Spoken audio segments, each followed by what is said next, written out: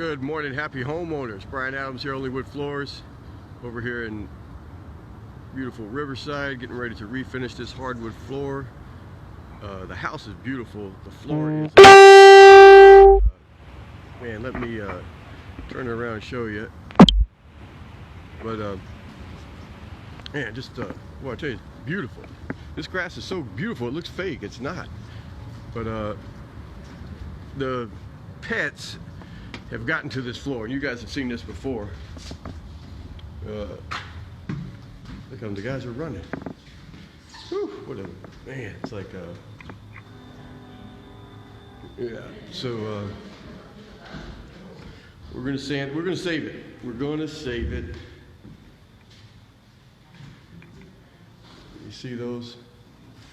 They're kind of everywhere, but you don't see them. That's the acid in the pet urine will burn this wood so deep and burn it black. See those? It's so deep you can't sand it out. You'd have to replace the boards. And there's so many in this one, you'd almost be replacing everything. You know, the scratches, that's no big deal. Those are all coming out with the discolorization.